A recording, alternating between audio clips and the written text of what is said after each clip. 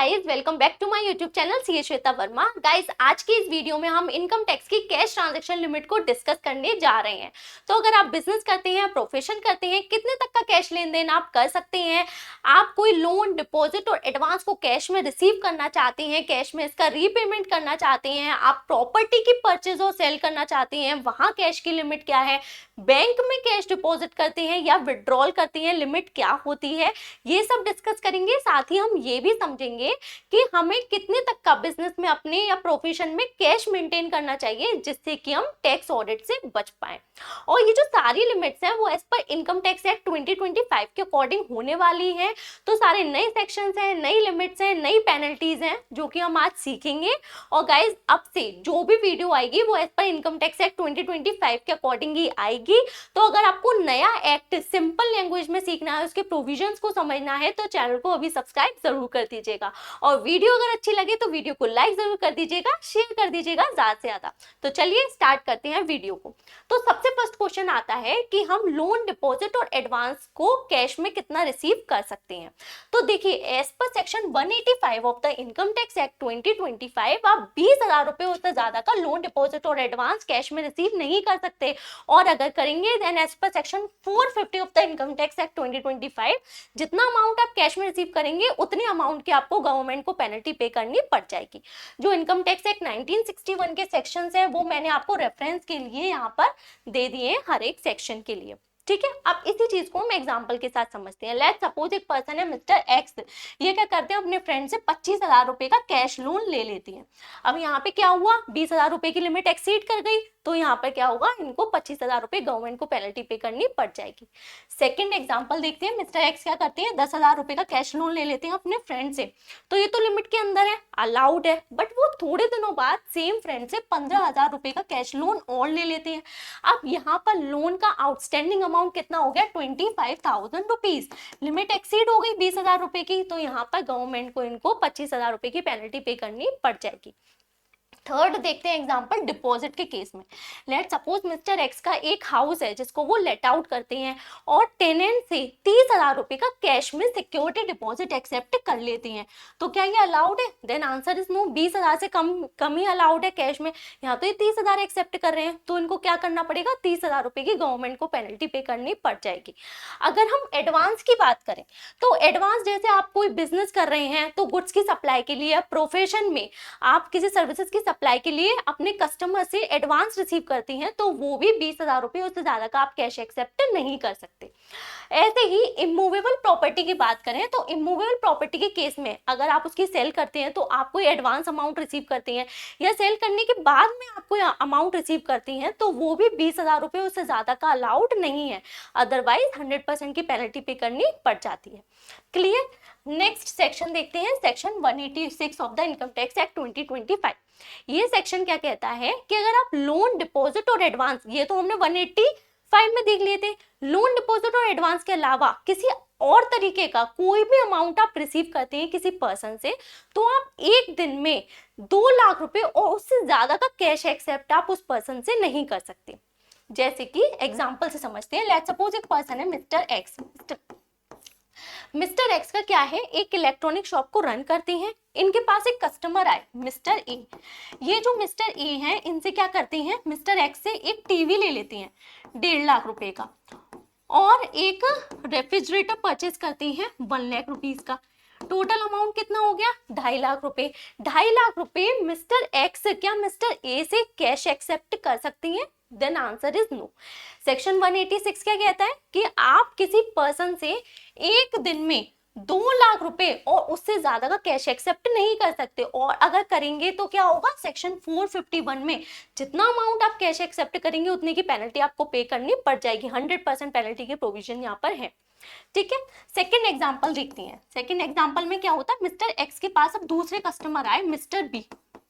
ये mister B क्या करते हैं, इनसे 3 लाख रुपए का टीवी परचेज करते हैं। अब मिस्टर एक्स को फर्स्ट एग्जांपल से इतना तो समझ में आ गया था कि एक पर्सन से एक दिन में 2 लाख रुपए और उससे ज्यादा का कैश एक्सेप्ट नहीं करना। तो ये क्या करते हैं, ये मिस्टर बी से कहते हैं कि आप 1.5 लाख रुपए तो मुझे आज दे दो और 1.5 लाख रुपए आप मुझे कल दे देना इन कैश। तो यहाँ पे क्या हुआ, 2 लाख की लिमिट एक्सीड नहीं हुई, तो इन्होंने कहा कि मैं ऐसे बच जाऊंगा पेनल्टी से। तो क्या ऐसा हो सकता है? Then answer is no. Section क्या कहता है कि एक सिंगल ट्रांजैक्शन के रिगार्डिंग आप 2 लाख रुपए से ज्यादा एक्सेप्ट नहीं कर सकते इन कैश। ट्रांजैक्शन क्या है यहाँ पर? सेल ऑफ टीवी सेल की ना, तो उसके लिए आप 2 लाख रुपए से ज्यादा का कैश एक्सेप्ट नहीं कर सकते। मल्टीपल डेज में भी आप एक्सेप्ट नहीं कर सकते। थर्ड एग्जाम्पल देखते हैं।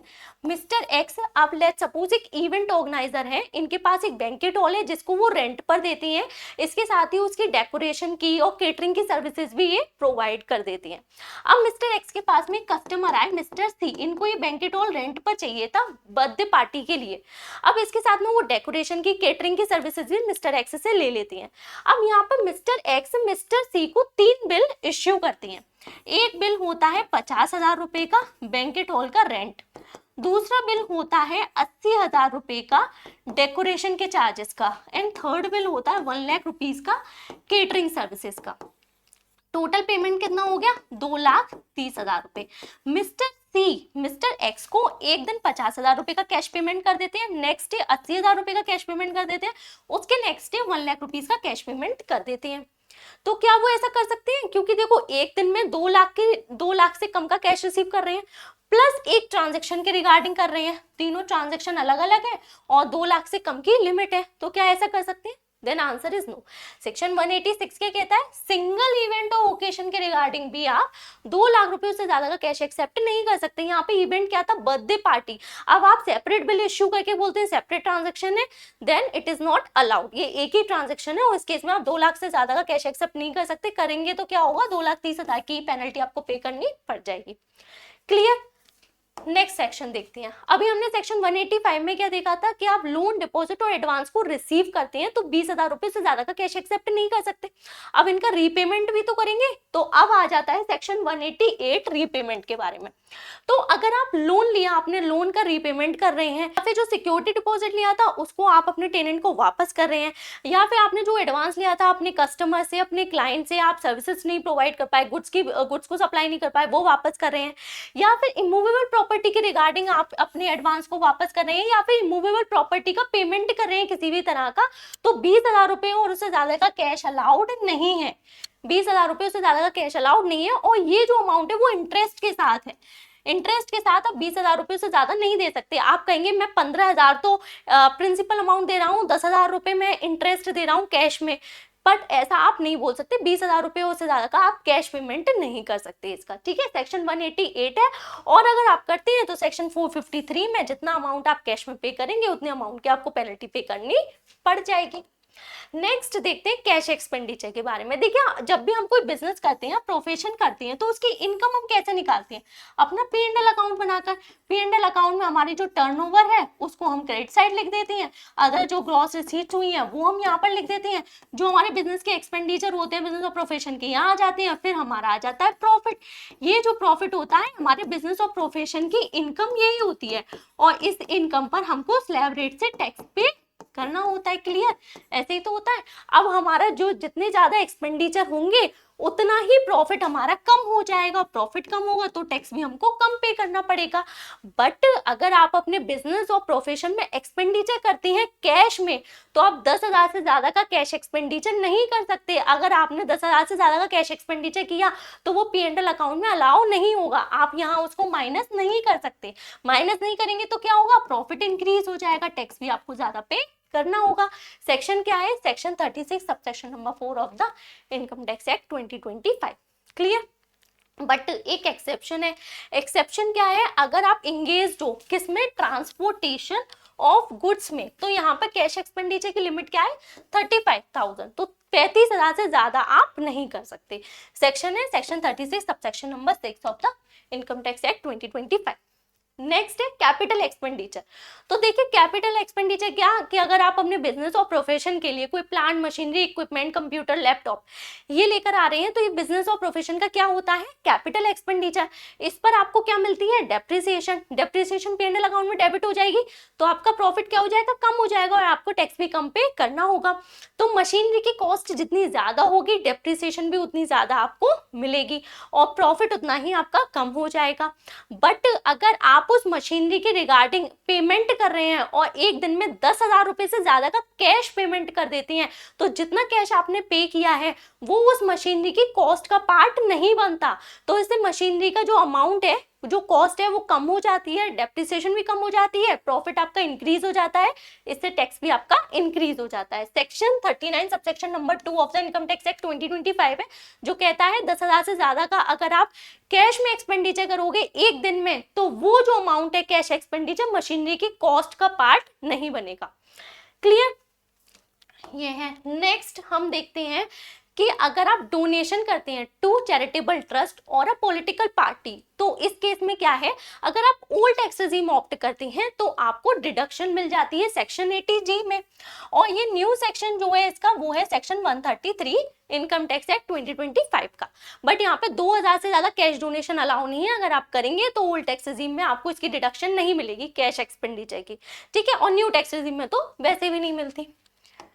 फिर अगर आप ओल्ड टैक्स रेजिम ऑप्ट करते हैं, हेल्थ इंश्योरेंस प्रीमियम अगर आप पे कर रहे हैं तो एक भी रुपया आपका कैश में अलाउ नहीं है।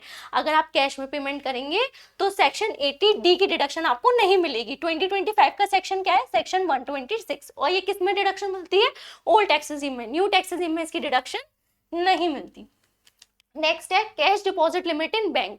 तो अगर आप बैंक में कैश डिपॉजिट करते हैं तो देखिए आपका अकाउंट है, आपका पैसा, आप कितना भी कैश डिपॉजिट करें, आरबीआई या इनकम टैक्स या जीएसटी डिपार्टमेंट कोई भी लिमिट यहाँ पर नहीं लगाता।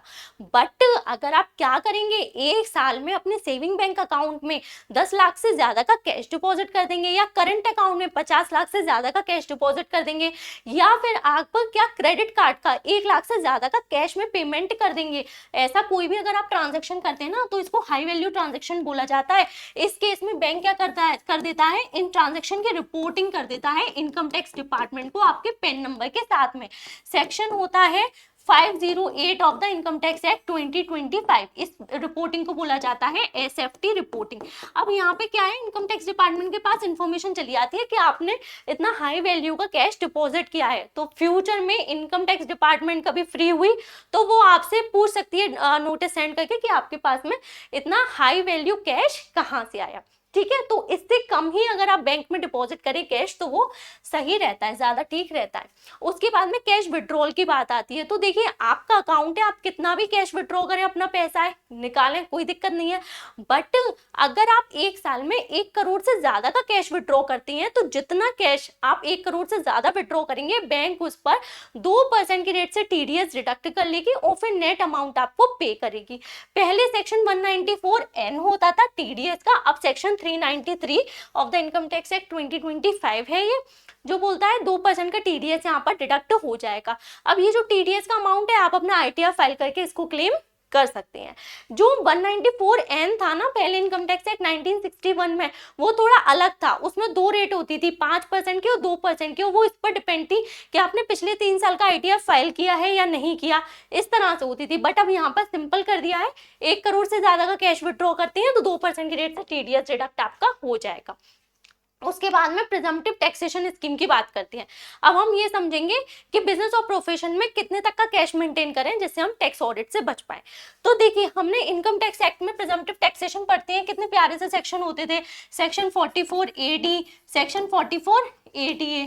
सेक्शन 44AD किसके लिए होता था, बिजनेस के लिए, और 44ADA किसके लिए होता था, प्रोफेशन के लिए।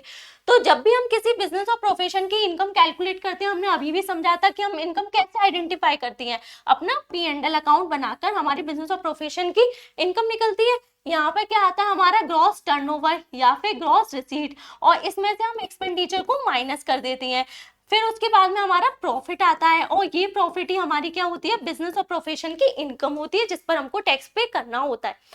बट अगर हम इस एक्सपेंडिचर की बात करें तो इन एक्सपेंडिचर को कैलकुलेट करने के लिए हमको proper books of accounts maintain करने पड़ जाते हैं। बट जो हमारा presumptive taxation, income tax act का प्रिजम्पटिव टैक्सेशन का सेक्शन है, ये तो ओल्ड इनकम टैक्स एक्ट के सेक्शन है 1961 के, जो न्यू सेक्शन है वो सेक्शन 58 कर दिया है। दोनों ही केस में सेम सेक्शन है, section 58 of the income tax act 2025। ये क्या कहता है कि अगर आपका, अभी हम प्रोफेशन के केस में देखते हैं कि अगर आप कोई स्पेसिफाइड प्रोफेशन करते हैं, उस केस में अगर आपका टर्नओवर या ग्रॉस रिसीट ये कितनी होती है, टर्नओवर ग्रॉस रिसीट आपकी 50 लाख रुपीस तक है, तो क्या है, आपको एक ऑप्शन मिलता है कि आप बुक्स ऑफ अकाउंट्स मेंटेन मत करो, आप डायरेक्ट इसका अपनी ग्रॉस टर्नओवर ग्रॉस रिसीट का 50% जो है मिनिमम शो कर दो एज प्रॉफिट। तो मिनिमम हम इतना प्रॉफिट मान लेंगे और फिर आप इस पर टैक्स को कैलकुलेट कर लो स्लैब रेट से। तो इस केस में आपको बुक्स ऑफ अकाउंट्स रखने की जरूरत नहीं पड़ेगी। बुक्स ऑफ अकाउंट्स नहीं रखना, आपको टैक्स ऑडिट नहीं कराना। 50 लाख से ज्यादा अगर आपकी ग्रॉस रिसीट हो जाएंगी तो फिर आपको टैक्स ऑडिट कराना पड़ेगा। बट यहाँ पर जो हमारा इनकम टैक्स एक्ट है वो क्या कहता है कि अगर आपकी जो ग्रॉस रिसीट है, ग्रॉस टर्नओवर है, अगर आप केवल 5% तक कैश में रिसीव कर रहे हो, अप टू 5%, कैश कितना रिसीव करो, केवल 5%, 95% उससे ज्यादा तो आप ऑनलाइन डिजिटल मोड से या फिर बैंकिंग चैनल के थ्रू पैसा रिसीव करते हो। तो इस केस में अगर आपका टर्नओवर 75 लाख तक भी है, ग्रॉस रिसीट आपकी 75 लाख तक भी है, तो भी आप प्रिजम्पटिव टैक्सेशन स्कीम का बेनिफिट ले सकते हैं, इसको ऑप्ट कर सकते हैं। बुक्स ऑफ अकाउंट्स मेंटेन नहीं करनी, ऑडिट भी आपको नहीं कराना, इसका सिंपली 50% प्रॉफिट आप शो कर दो और एक्चुअल प्रॉफिट ज्यादा है तो उतना शो कर दो, हमको टैक्स पे कर दो। ठीक है, तो अगर आप कैश जो है वो कम रिसीव करती हैं तो फिर आप 75 लाख तक भी इसको ऑप्ट करके टैक्स ऑडिट से यहाँ पर आप बच सकते हैं। तो नॉर्मली 50 लाख से ऊपर टैक्स ऑडिट कराना है, बट कम कैश के केस में 75 लाख भी आपको टैक्स ऑडिट नहीं कराना पड़ता। 75 लाख से ज्यादा हो जाएगा अगर टर्नओवर, तो फिर आपको टैक्स ऑडिट कराना पड़ेगा। अब देखते हैं 44AD। तो यहाँ पर बिजनेस का केस, बिजनेस के केस में भी सेम चीज है, P&L अकाउंट बनाते हैं, यहाँ पर ग्रॉस टर्नओवर ग्रॉस रिसीट होती है, एक्सपेंडिचर माइनस कर देते हैं, प्रॉफिट पर हम जो है टैक्स पे करते हैं। बट यहाँ पर क्या कहता है section 44AD income tax act 1961 का और सेक्शन 58 इनकम टैक्स एक्ट 2025 का, कि अगर आपका टर्नओवर कितना है, देखो वैसे नॉर्मली जो मैं बताती हूँ, अगर आपका 1 करोड़ से ज्यादा का टर्नओवर हो जाता है तो आपको टैक्स ऑडिट कराना पड़ता है। ठीक है, बट 44AD क्या कहता है कि अगर आपका 2 करोड़ तक का टर्नओवर है तो क्या करो, आपका जितना टर्नओवर है ना उसका 8% जो है प्रॉफिट मान लो, हम ये मान लेंगे ये आपका प्रॉफिट है और आपको इस पर टैक्स पे करना होगा। इस केस में आपको बुक्स ऑफ अकाउंट्स मेंटेन करने की जरूरत नहीं है और ऑडिट से भी आप फ्री हो जाओगे, आपको ऑडिट भी नहीं कराना, क्योंकि वैसे तो 1 करोड़ के ऊपर ही ऑडिट कराना पड़ता है, बट प्रिजम्पटिव ऑप्ट कर लेंगे तो 2 करोड़ तक आपको ऑडिट कराने की जरूरत नहीं है। कंडीशन क्या है कि 8% का प्रॉफिट आपको मिनिमम शो करना होगा। क्लियर? बट यहाँ पर एक आपको बेनिफिट मिल जाता है क्या, कि अगर आपका जो टर्नओवर है वो आप 5% तक कैश में रिसीव करते हो, 5% तक कैश है, इसके अलावा 95% उससे ज्यादा डिजिटली या ऑनलाइन या फिर अपने चेक के थ्रू बैंकिंग चैनल के थ्रू रिसीव कर रहे हो, तो फिर इस केस में 3 करोड़ तक का भी अगर आपका टर्नओवर है ना तो भी हम आपको प्रिजम्पटिव टैक्सेशन स्कीम का बेनिफिट दे देंगे। तो वैसे 2 करोड़ से ऊपर अगर आप 5% से ज्यादा का कैश मेंटेन करोगे, कैश रिसीव करोगे, तो 2 करोड़ से ऊपर पर आपको टैक्स ऑडिट कराना पड़ जाएगा। बट अगर आप 5% तक ही कैश रिसीव करोगे तो 1 करोड़ का रिलैक्सेशन और मिल गया, 3 करोड़ तक भी आपको टैक्स ऑडिट कराने की जरूरत नहीं है। बस आप इसमें हमको ये बता दो कि आपका कैश टर्नओवर कितना है और कैश के अलावा अदर देन कैश टर्नओवर आपका कितना है। कैश के केस में 8% प्रॉफिट तो आपको शो करना ही होगा, अदर देन कैश में मिनिमम 6% प्रॉफिट आपको शो करना होगा, और इस पर फिर ये आपकी इनकम आ गई और इस पर आप फिर टैक्स को कैलकुलेट कर लो। क्लियर? ये हो गया cash limit presumptive taxation scheme में, जहां पर आप टैक्स ऑडिट से बच सकते हैं। क्लियर? इसके अलावा एक चीज और समझते हैं।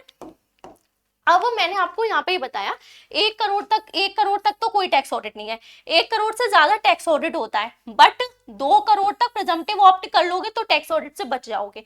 बट अगर आप 5% तक कैश रिसीव करते हो, ज्यादातर डिजिटली रिसीव करते हो या बैंकिंग चैनल के थ्रू रिसीव करते हो, तो 3 करोड़ तक भी आप टैक्स ऑडिट से बच जाओगे।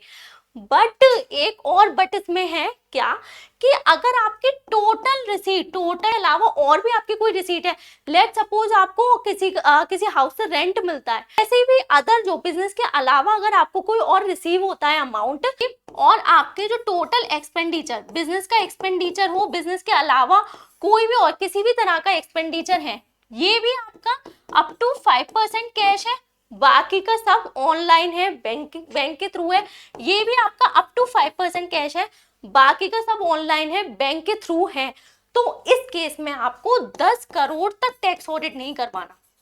इस केस में 10 करोड़ तक आप टैक्स ऑडिट से फ्री हो जाएंगे, 10 करोड़ के बाद में फिर आपको टैक्स ऑडिट यहाँ पर करवाना होगा।